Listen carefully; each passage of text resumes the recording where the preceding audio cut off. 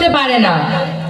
দাদা বাবা দুজনে বাড়িতে না থাকায় আমার মনে হয় মা বৌদিকে না না হতে পারে না। আমার মা আজ যাই করুক এতটা নিষ্ঠুর হতে পারে না। কিন্তু টুম্পা যে বলছে আমি যে কি করি। এদিকে শিউলি দিদি কয়েকদিন ক্লাবে আসছে না, আমি আর কয়দিক আর সামলাই। শিউলিদি এ কি সোমা, তুমি হঠাৎ এখানে? শিউলিদি কোথায় কাজল?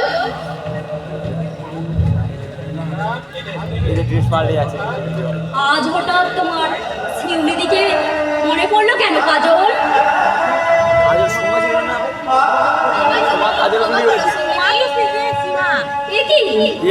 তুমি কি করছো? এই সমাজে তোমার আমার অধিকার তো পৃথক নয় বোন। তবে তুমি আমার পায়ের তলায় থাকবে কেন? এসো আমার বুকে এসো। সেটাই তো বলি, এই সময় কাজের মধ্যে তুমি ওকে বুকে টেনে নিলে শিউলিদি? হ্যাঁ লীলা, কিন্তু ও যে একদিন তোমায় অপমান করে চলে গিয়েছিল, আর তার শাস্তি নিয়েই তো আজও ফিরে এসেছে। দেখছো না ওর চোখে আজ ফুলের কাজল, আর সেই ফুলের কাজল পড়া চোখে ঝরছে আজ অনুশোচনার অশ্রু। তুমি আমায় ঠাঁই দেবে তো শিউলিদি? তার হয় না সোমা, আজ তুমি বাংলার বধূ, স্বামীর ঘরই আজ তোমার তীর্থক্ষেত্র। হাতে শাখা, মাথায় স্বামীর দেওয়া সিঁদুর পরে আজ তুমি তুলসী তলায় গাইবে মঙ্গল গীত। সে আশা আজ আমার মন থেকে হারিয়ে গেছে শিউলিদি। এই সিঁদুর আজ আমার জীবনে অভিশাপ হয়ে দাঁড়িয়েছে। এই কথা কেন বলছো সোমা? আত্মহংকারের বশে ভালো মন্দ বিচার না করে লাখ টাকার গল্প নিয়ে বিয়ে করতে আমি রাজি হয়েছিলাম। আমার বাবা যথেষ্ট দান সামগ্রীও দিয়েছিলেন, কিন্তু তাতেও আমার শাশুড়ি সন্তুষ্ট হননি। শেষে তিনি আরো 50,000 টাকা দাবি করে। তারপর বাবা দিতে অস্বীকার করায় ছেলে মায়ের পক্ষ নিয়ে আমাকে ত্যাগ করে আবার বিয়ে করতে রাজি হয়। আগামীকাল তার বিয়ে। না,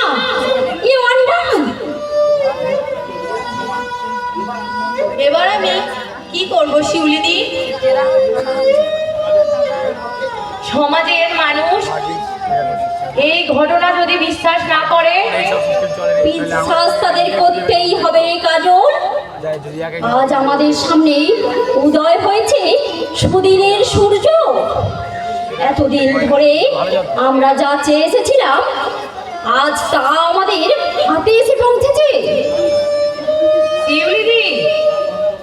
পণ প্রথার আগুনে বিদগ্ধ এই সময় হলো আমাদের আন্দোলনের জীবন্ত পোস্টার। এই পোস্টারকে সমাজের সামনে দাঁড় করিয়ে চিৎকার করে বলবো, ওগো ওগো বাংলার মা বাবারা, যারা লাখ লাখ টাকা বর্পণের লোভে দু হাত বাড়িয়ে বসে আছো, তারা বলে দাও, পণ প্রথার আগুনে বিদগ্ধ এই সময়ের মতো লাখ লাখ মেয়েরা স্বামী ত্যাগিনী সেজে কোথায় গিয়ে দাঁড়াবে?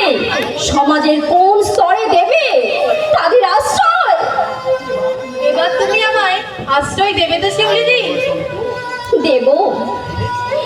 এই সংগ্রামের নিশান তো এবার তোমাদেরকেই ধরতে হবে বোন। কিন্তু তুমি? আমি এই সমিতি থেকে চিরদিনের মতো চলে যাব। তুমি কোথায় যাবে শিউলিদি? দুর্ভাগ্যের সন্ধানে। শিউলিদি, তুমি হয়তো জানো না কাজল, আজ তোমার মা আমাকে তার পুত্রবধূ করার জন্য আমার বাবার কাছে এসেছিলেন। আমার বাবার আপত্তি থাকা সত্ত্বেও আমি নিজে 1.5 লাখ টাকা বরপণ দিয়ে তোমার দাদার দ্বিতীয় পক্ষের স্ত্রী হওয়ার জন্য আমি সম্মতি জানিয়েছি। বরপণ দিয়ে বিয়ে করবে তুমি শিউলিদি? প্রয়োজনের তাগিদে অনেক কিছুই করতে হয় সোমা। তোমরা হয়তো অবাক হচ্ছ, তাই না? যে শিউলি নারী মঙ্গল সমিতির সম্পাদক হয়ে এতদিন এত উপদেশ দিয়ে এসেছে, সেই শিউলি আজ কেমন করে রুলস আর রেগুলেশনকে জলাঞ্জলি দিয়ে তারই আদর্শকে অপমান করে চলেছে, তাই না? শিউলি দিদি, আমি জানি কাজল, শুধু তোমরাই নও, সারা দেশের সমস্ত মানুষ আজ হয়তো আমাকে ধিক্কার দেবে, মিথ্যাবাদী প্রবঞ্চক বলে গালি দেবে, কিন্তু বিশ্বাস করো বোন, আমি আমার জীবন গড়ার উদ্দেশ্য নিয়ে বধূ শাস্তি যাইনি। আমি না শিউলিদি, এ বিয়ে তুমি করো না। আমার মায়ের আসল চরিত্র তুমি খুব ভালো করেই জানো। মৃত্যুর আগের দিন পর্যন্ত বৌদিকে মা একটু শান্তি দেয়নি। আমার মা মানুষ নয় গো শিউলিদি, আমার মা মানুষ নয়। তাই তো ওই সব অমানুষগুলোর সাথে অমানুষ ব্যবহার করতে আমি অমানুষ শাস্তে চললাম। শিউলিদি, কাজল, সোমা, আমার অনেক দিনের স্বপ্ন ছিল মৃত্যুর আগের দিন পর্যন্ত আমি এই আন্দোলনের হয়ে ফাইট করব, সমাজ থেকে উড়িয়ে দেব এই পণ প্রথা নামক অন্ধ কুসংস্কারটাকে। কিন্তু আমি তো পারলাম না বোন, আমি তো পারলাম না। এর জন্য তোমরা আমায় ক্ষমা করো। সত্যিই তুমি চলে যাবে শিউলিদি? হ্যাঁ সোমা, কিন্তু কেন? আজ আমি কোনো কথাই বলবো না। যেদিন সময় আসবে সেই দিন এই বাতাসের সাথে ভেসে বেড়াবে আমার এই না বলা কাহিনী। শিউলিদি, সেদিন সামান্য কিছু মানুষ আমার কাজের প্রতিবাদ করলেও তোমাদের মতো অসংখ্য মানুষ চিৎকার করে বলবে, শিউলি তুমি ঠিক করেছ। তোমার মতো শিউলি যদি প্রতি ঘরে ঘরে জন্ম নেয়, তাহলে সমাজে এই অন্ধ কুসংস্কারগুলো একদিন সমাজ ছেড়ে পালাতে বাধ্য হবে। শিউলিদি, সোমা, কাজল, তোমরা আমায় কথা দাও, এই মহৎ আন্দোলনকে তোমরা অবহেলা করে কখনো পিছু হটবে না। বলো, আমায় কথা দাও। আমি তোমায় কথা দিলাম শিউলিদি, আমি কখনো কোনো অবস্থাতেই আমাদের এই আন্দোলন নষ্ট হতে দেব না। আমিও তোমায় কথা দিচ্ছি শিউলিদি, জীবনের শেষ দিন পর্যন্ত আমি তোমার এই মহৎ সৃষ্টিকে মাথায় তুলে রাখবো। আর আমার কোনো দুঃখই রইল না। এবার যদি আমাকে মরতেও হয়, শিউলিদি, এবার আমি আসিব। তোমরা সবাই ভালো থেকো, সুখে থেকো। ভগবানের কাছে প্রার্থনা করি তোমাদের এই মহান কার্য যেন সফল হয়। বিদায় কাজল, বিদায় সোমা, বিদায়। না শিউলিদি, যাও না।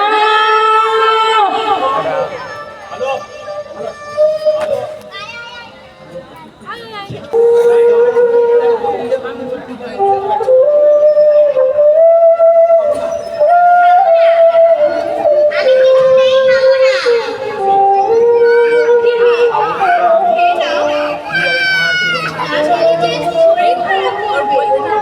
করুক, দেখে আনবো। আমি তবু খাবো না। টুম্পা, আমার মা নেই বলে ওরা সবাই আমাকে বকাবকি করে। জ্বালাই। আমাকে কেউ ভালোবাসে না, একটু আদর করে না। তোমার বাবা বুঝি আদর করে না? না, বাবা আমাকে আদর করলে ঠাম্মা বাবাকে বকে। ঠাম্মার ভয়ে বাবা আমার জন্য কিছুই আনে না। আর তোমার নতুন মা? না, আমি কখনোই না বলবো না। ছি টুম্পা, ও কথা বলতে নেই। জানো পিসি, ঠাম্মা আর পিসিমণি মিলে আমার মাকে ওরা পুড়িয়ে মেরে ফেলেছে। মা মারা যাওয়ার সময় আমাকে সব কথা বলে গিয়েছে। আর কখনো কারোর সামনে এই কথা বলো না, ওরা শুনতে পেলে তোমার মারবে। মেরেছে তো, ও কথা আমি বাবাকে বলেছিলাম বলে ঠাম্মা আমায় কত মেরেছে। দেখো দেখো পিসি, এখনো পিঠে দাগ বসে আছে। ইস, কি নিষ্ঠুর ওরা। ঘোরা ঘোরা ঘোরা। আর আমি এখানে থাকবো না। এখানে থাকলে ওরা আমাকে মায়ের মতো পুড়িয়ে মেরে ফেলবে। ছি মা, আমার ধরে ছাগল ও কথা বলতে নেই। তোমার আর কেউ না থাকুক, তোমার নতুন মা তো রয়েছে। সৎ হলেও সে তো তোমারই মাসি। মন খারাপ করো না, নাও নাও, খেয়ে নাও। সহ্য হয় না আমার বিয়ে দেবে। না পিসি, আমি খাবো না। আর আমি খাবো না। আর তুমি আমার খাওয়ার কথা বলো না। টুম্পা, খাওয়ার কথা বললেই যে আমার মায়ের কথা মনে পড়ে। মা আমার নিজের হাতে না খাইয়ে দিলে যে আমার পেট ভরতো না। মা আমার আদর করে আগের মতো খাবে পিসি। বলো না পিসি, তুমি বলো না, তুমি বলো না পিসি।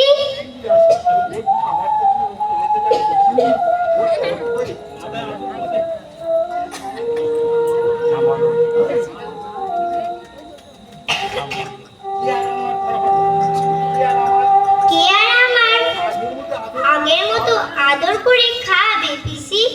বলো না পিসি, তুমি বলো না, তুমি বলো না।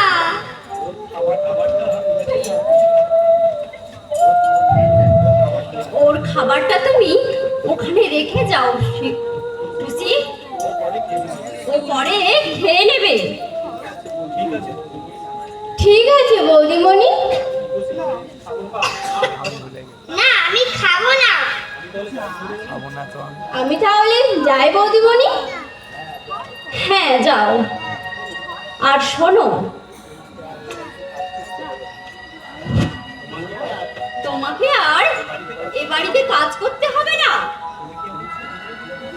তুমি কি আমার ছুটি দিয়ে দিলে বৌদিমণি? এখন তাহলে আমি কি খেয়ে বাঁচবো? চিন্তা করো না টুসি, প্রতি মাসে এসে তুমি তোমার মাইনেটা নিয়ে যেও। কাজ না করেই মাইনে নেব? ওটা তোমার পাও না টুসি। তাহলে এত কাজ কে করবে? তুমি? আমি যখন এই বাড়িতে বউ সেজে এসেছি তখন সমস্ত কাজ তো আমারই করা উচিত। শাঁখা সিঁদুর করে এই চৌধুরী বাড়ির বউয়ের অভিনয় করলেও আমি তো এখানে সত্যিকারের বউ সাজতে আসিনি ভাই। তাই এই বাড়ির সমস্ত কাজ না থাক, তুমি তাহলে এখন এসো। ঠিক আছে বৌদিমণি, টুম্পাকে একটু দেখো, তুমি ছাড়া এ বাড়িতে আজ ওর কেউ নেই, আজ ওর কেউ নেই, কেউ নেই।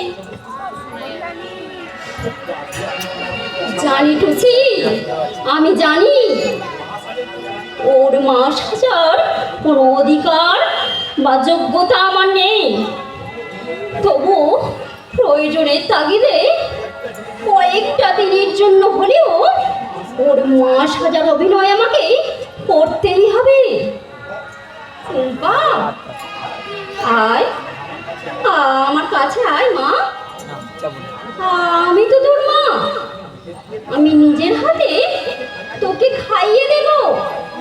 আয়। না, আমি তোমার মা বলবো না। আমার মাকে ওরা পুড়িয়ে মেরে ফেলেছে। জেনেও তুমি ওদের সাথে মিশছো। তোমাকে আমি কখনোই না বলবো না, কখনোই না। ও তাই বুঝি?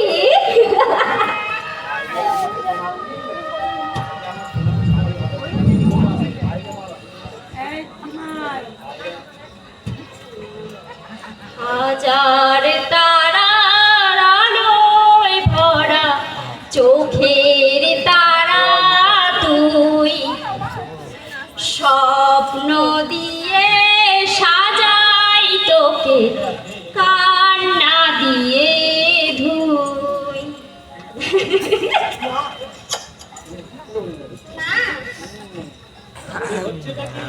বলি হচ্ছেটা কি? এটা কানছাল নাকি লঙ্ঘন? গাধার মতো চেঁচিয়ে বাড়িটা মাথায় করছো। এ বাড়িতে এসব বেল্লা গহনা করার সাহস তুমি পেলে কোথা থেকে? কি বললে? বেলেন না বলা?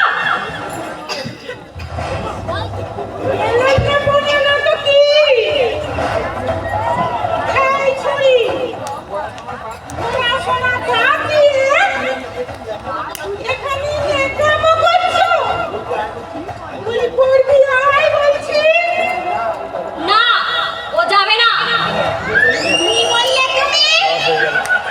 তোমরা কালা বলে তো আমি জানতাম না। খবরদার বলছি, সমীহ করে কথা বলতে শেখো, নইলে কিন্তু কপালে তোমার অনেক দুঃখ আছে, এই আমি বলে দিলাম। ঠিক, আমিও সেই কথাই বলছি। দেখে শুনে পথ চলতে শেখো, নইলে কিন্তু হোঁচট খেয়ে পড়বে। বড় কথা বলছো দেখছি। তা আপনি কি ভেবেছেন বড় বড় কথাগুলো বুঝি শুধু আপনাদের জন্যই তোলা হয়ে আছে? খবরদার! এই, চোখ ছোট করে কথা বলবে। তোমাদের এই লাল চোখ দেখার জন্য আমার বাবা এত টাকা বরপণ দিয়ে আমায় বিয়ে দেননি। এই যে, এই যে তোমার আঁচলের ওই চাবির গোছাটা এবার আমার হাতে তুলে দাও। কি বললে? এই চাবির কথা আমি তোমার হাতে দেব? হ্যাঁ দেবে, কারণ আমার বাবা 1.5 লক্ষ টাকা দিয়ে এই অধিকারটা আমায় কিনে দিয়েছে। কাজেই যতদিন না আমার বাবার ওই 1.5 লক্ষ টাকা সুদ সমেত ফিরিয়ে দিতে পারছো, ততদিন ওই চাবির গোছাটা আমার কাছেই থাকবে। আর এই বাড়ির সবাই আমার কথা মতো চলবে।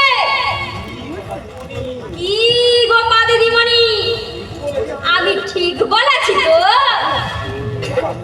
থামো! কি ভেবেছো তুমি? যখন থেকে আমি কিছু বলিনি বলে খুব বড় বড় লেকচার ঝাড়ছো তুমি, তাই না? জানো, ইচ্ছে করলে তোমায় আমি এ বাড়ি থেকে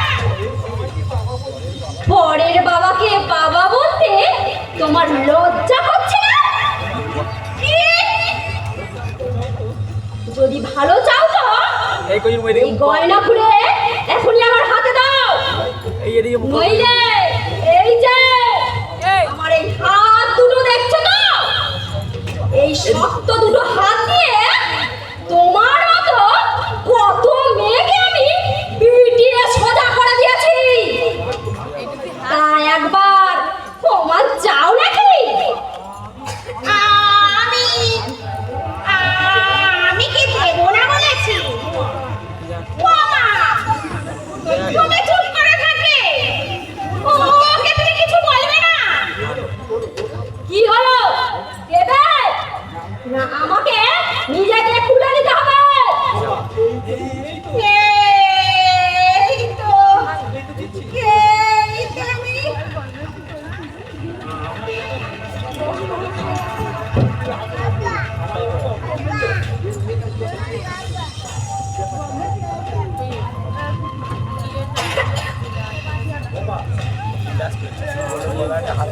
আমায় এভাবে অপমান করলো।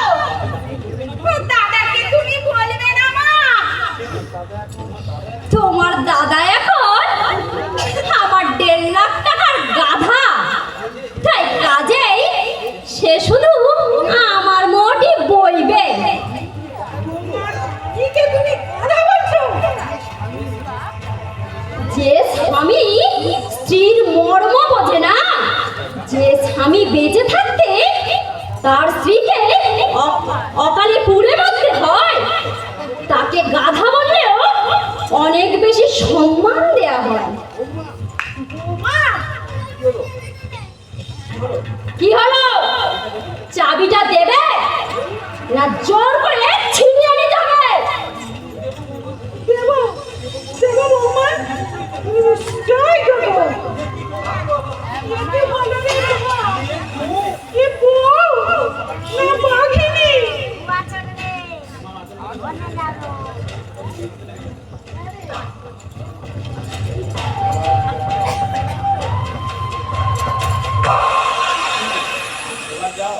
এবার যাও, ওই এঁটো থালাটা পরিষ্কার করে যথাস্থানে রেখে এসো। আমি একটা থালা রাখবো? শুধু এঁটো থালাই নয়, এবারে রান্না করা, কাপড় কাচা, ঘরদোর পরিষ্কার করা সব কিছু তোমাকেই করতে হবে। কারণ খুশিকে আমি ছুটি দিয়ে দিয়েছি। এটা কি মাগের বললো যে তোমার কথায় আমাকে আমার বাড়িতে চাকরানি খাটতে হবে? তাহলে তুমি কি করবে বৌমা হয়ে? শুনি। আমার বাবা তো তোমাদের চাকরানি খাটার জন্য এত টাকা বরপণ দিয়ে আমায় বিয়ে দেননি। 1.5 লক্ষ টাকা বরপণ দিয়েছে বলে তুমি আমার মাকে চাকরানি খাটাবে? তুমি যদি 1 লাখ টাকা বরপণ দেওয়ার জোরে তোমার শাশুড়ি আর ননদকে দিয়ে চাকরানি খাটাতে পারো, তাহলে আমি 1.5 লক্ষ টাকা দিয়ে কেন তা পারবো না? কে কে বলেছে কথা? তোমার প্রত্যেকটি কুকীর্তির খবর আমার জানা আছে গোপা দেবী, আর সেই সঙ্গে জানা আছে আমার দিদির মৃত্যুর ওই গোপন কাহিনী। ওরে টুম্পা, তোর মা যদি আমার মতো একটু অন্তত করতে শিখতো, তাহলে এই শয়তানি দুটো তোর মাকে কি এত সহজে পুড়িয়ে মারতে পারতো?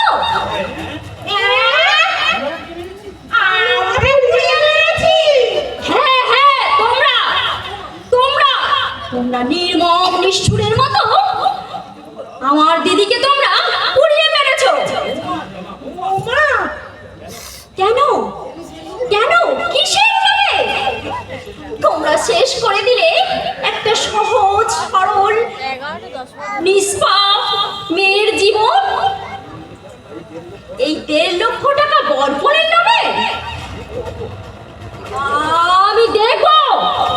কত টাকা চাও তুমি?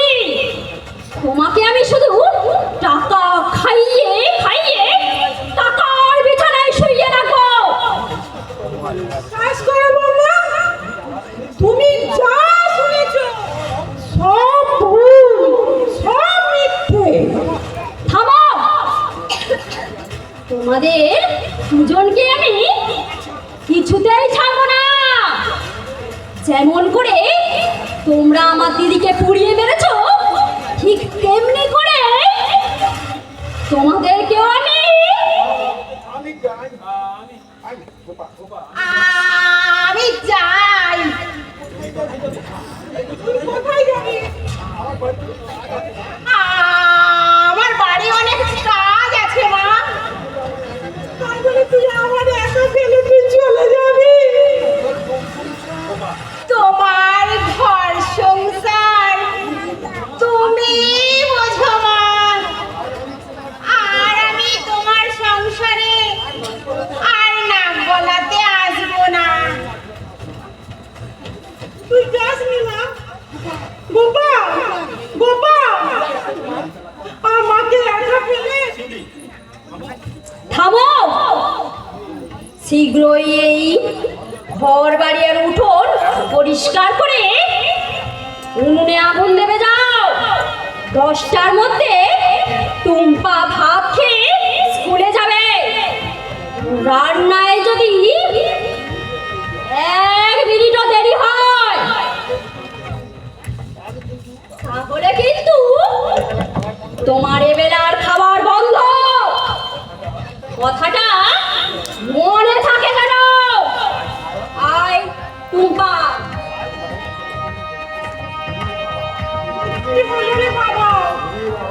ওরে বাবা, আমার এ কি হলো? গেল আমি বরপুর নিয়ে এখন বাঘিনী বউকে ঘরে আনলাম। ওরে বাবা, আমার আগের বউমা যে অনেক ভালো ছিল। ওগো মায়েরা, তোমরা আমার মতো বরপুরের লোভে এমন বাঘিনী বউকে কখনো ঘরে এলো না, কখনো এলো না, কখনো না। কৃষ্ণ কৃষ্ণ হরে হরে, পাখি কথা বলবেন না রে।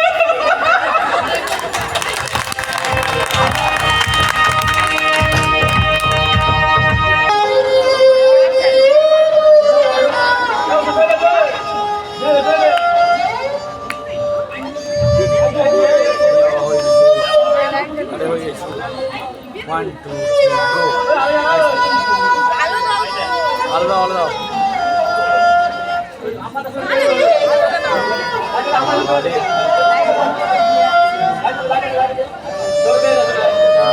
ঠিক আছে, থাক।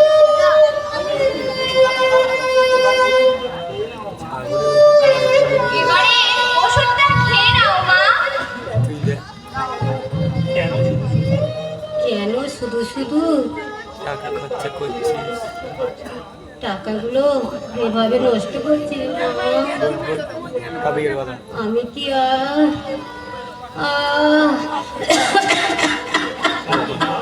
মা, কেন তুমি এই কথা বলছো? শ্যামলী, তুই যদি আমার মেয়ে না হয়ে তুই যদি ছেলে হতে তাহলে হতো এভাবে আমাকে মরতে হতো না রে মা।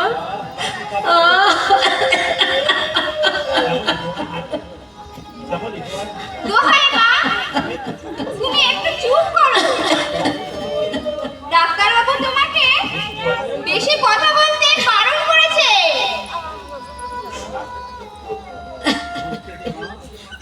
বলতে দে মা, নাইলে হয়তো আর আমি বলার সুযোগ পাবো না। সেগুলি মা।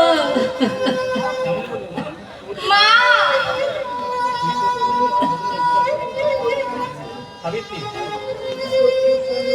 এই তোর টিউশানি সামান্য রোজগারটুকু আমার জন্য শেষ করে ফেললি মা। দেখ আমার ছেলে এত ভালো চাকরি করে। আহ, মা মা তুমি একটু শান্ত হও। সেগুলি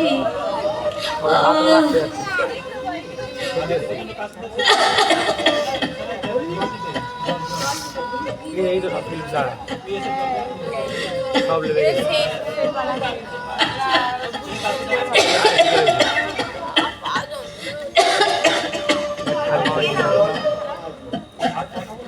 আর কথা বলে না লক্ষ্মী মা আমার।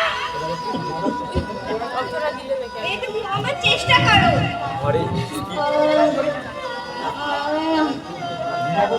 ঘুমাবো মা, এবার আমার পালাম, এবার আমার ঘুমিয়ে পড়ে সময় হয়ে এসেছে।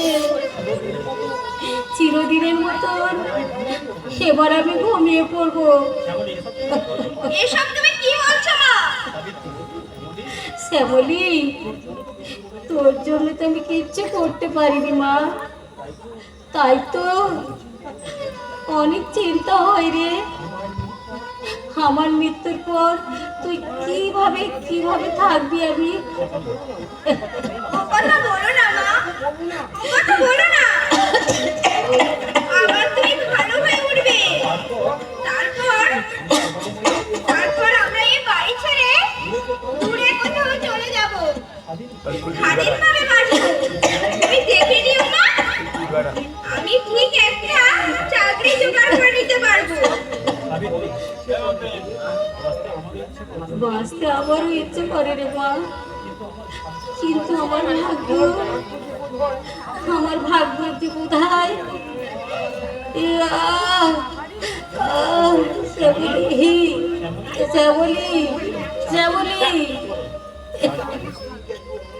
চারিদিক কেন এত অন্ধকার হয়ে আসছে? দিনের আলো কি শেষ হয়ে গেছে?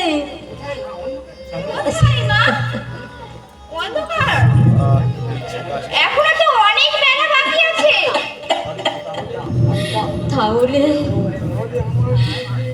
তাহলে আমার চোখে সব অন্ধকার লাগছে কেন রে মা?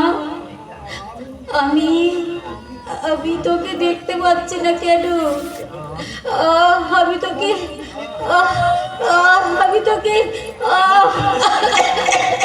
মাগো, তুমি এমন করছো কেন? এই তো, আমি তোমার সামনে বসে রয়েছি। কাট কাট কাট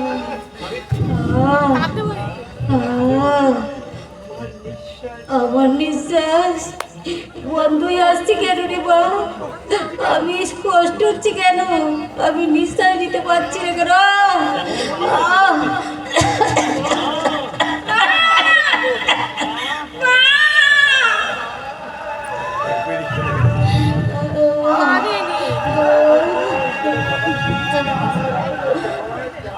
আমার বুঝি সবাই যাবার সময় ডাক এসেছি রে মা।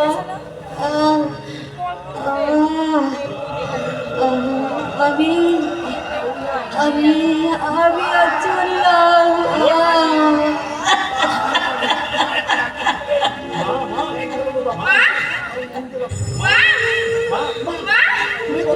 তুমি কথা বলছো না কেন মা? তুমি কথা বলছো না কেন? মাগো, তুমি কথা বলো মা। মাগো, তুমি কথা বলো মা। একটিবার কথা বলো। আমায় একা ফেলে তুমি কোথায় গেলে মা? এবার আমি কি ফেরাটাই বাঁচবো? মাগো।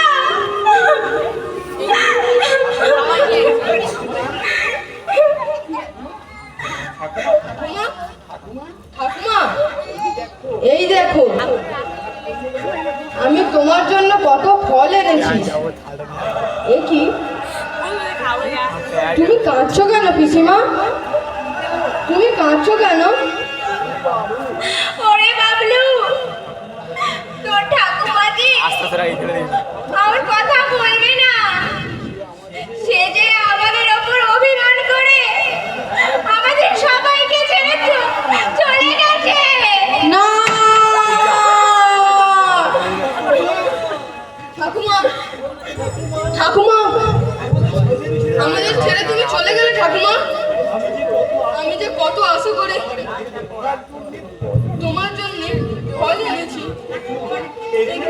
এগুলো তুমি খেলে না আপনার নিয়ে আসা কথা ছিল এগুলো তুমি খেলে না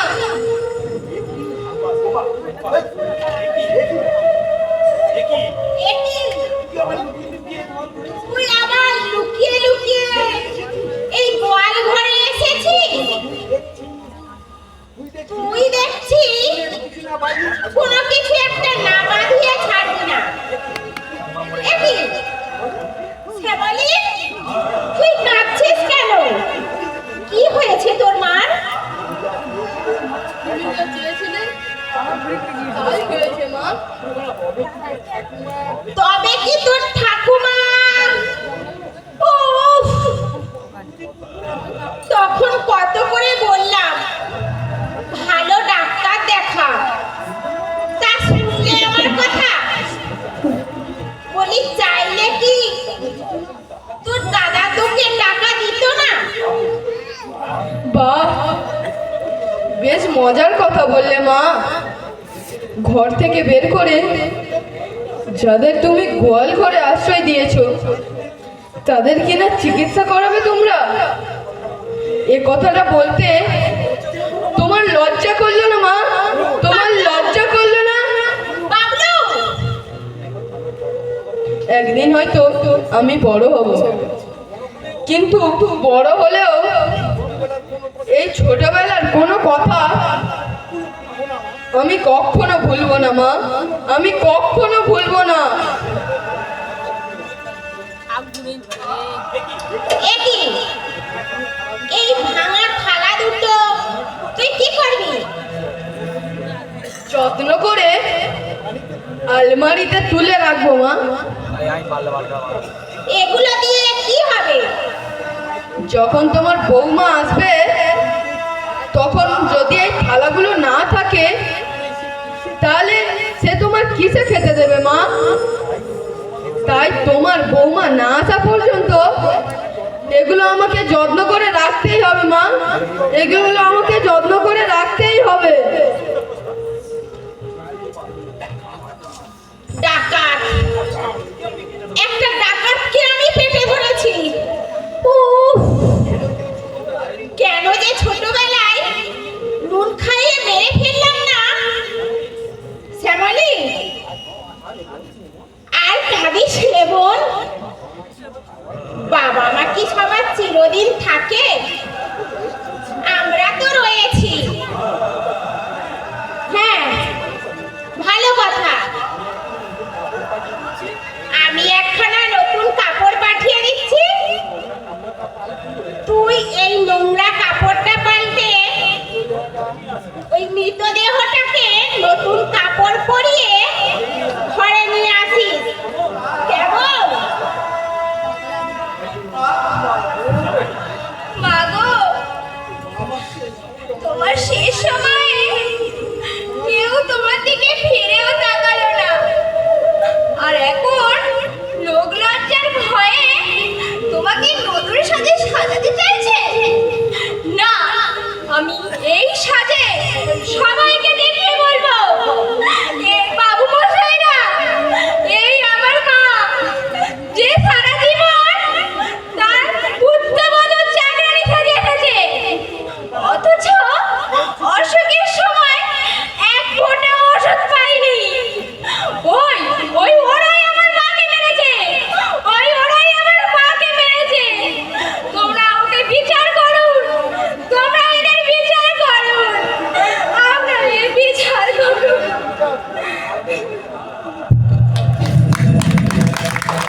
ওমা, এত দেরি করছো কেন? তোর বউটা আবার জেগে উঠলে কেলেঙ্কারি বাঁধিয়ে দেবে। ওই তোমার হলো?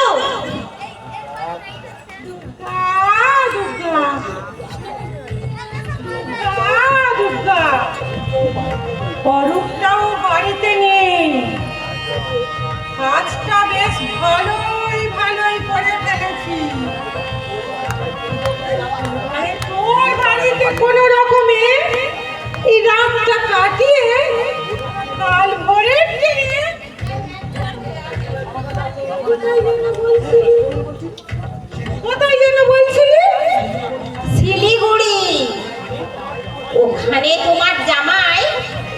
হয়েছে? ভালোই পেয়েছি। হারামজাদি বউটা কিনা আমাকে নাকি জব্দ করবে। নে, কর এবার। ওর আলমারির সমস্ত গয়না টাকাগুলো বের করে নিয়ে আলমারি একেবারে ফাঁকা করে দিয়েছি। সত্যি? কত টাকা আছে মা? কত কি ছাই বলেছি নাকি? এবারে কেঁদে কেঁদে মন হতো ছাড়ি। উফ, এই কদিন আমাকে সব খাটুনি খাটিয়েছে। কেমন যুক্তিটা দিয়েছিলাম বলো? ওর বুদ্ধির কোনো তুলনা হয় কি গোপা? আমি যদি তুই যদি আমার পেটে না যদি হতি, আমি যদি তোর পেটে হতাম, পুটুলিটা আমার দাও মা, ওটা নিয়ে তোমার হাঁটতে কষ্ট হবে। না না না, আমার একটু কষ্ট হবে না। যদি ঘুমোচ্ছে চল সুযোগে কেটে পড়ি। আস্তে আস্তে কথা বলো মা, বেশি হুটোকুটি করো না। আমার হাত ধরে পা টিপে টিপে গিয়েছো।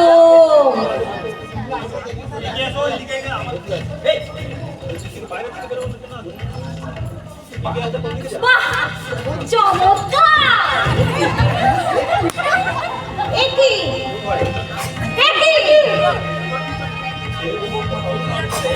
ছেলে বৌমাকে সর্বশান্ত করে মেয়ের ভবিষ্যৎ গড়তে যাচ্ছ, তাই না? আমি কাশি চলে যাব। ও তাই বুঝি? আমার আলমারির সমস্ত টাকা গয়না চুরি করে নিয়ে কাশিতে গিয়ে ওই চলে যে পুণ্য সঞ্চয় করবে বলে, তাই না?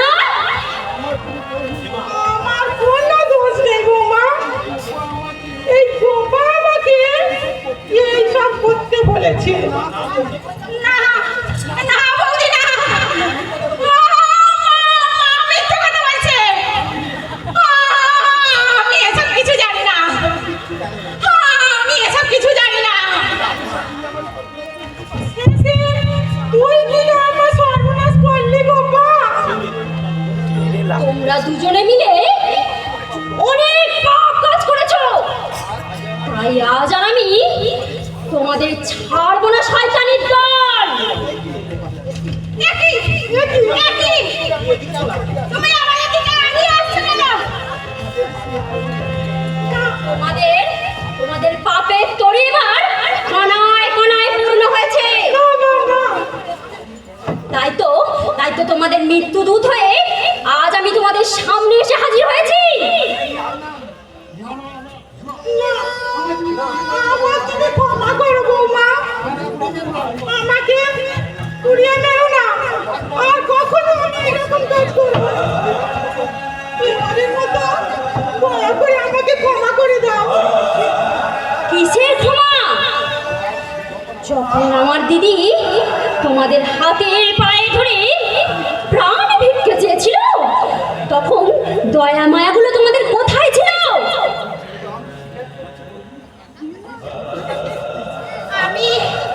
আমি অন্যায় স্বীকার করছি বৌদি, এবারের মতো আমাকে ক্ষমা করে দাও। না,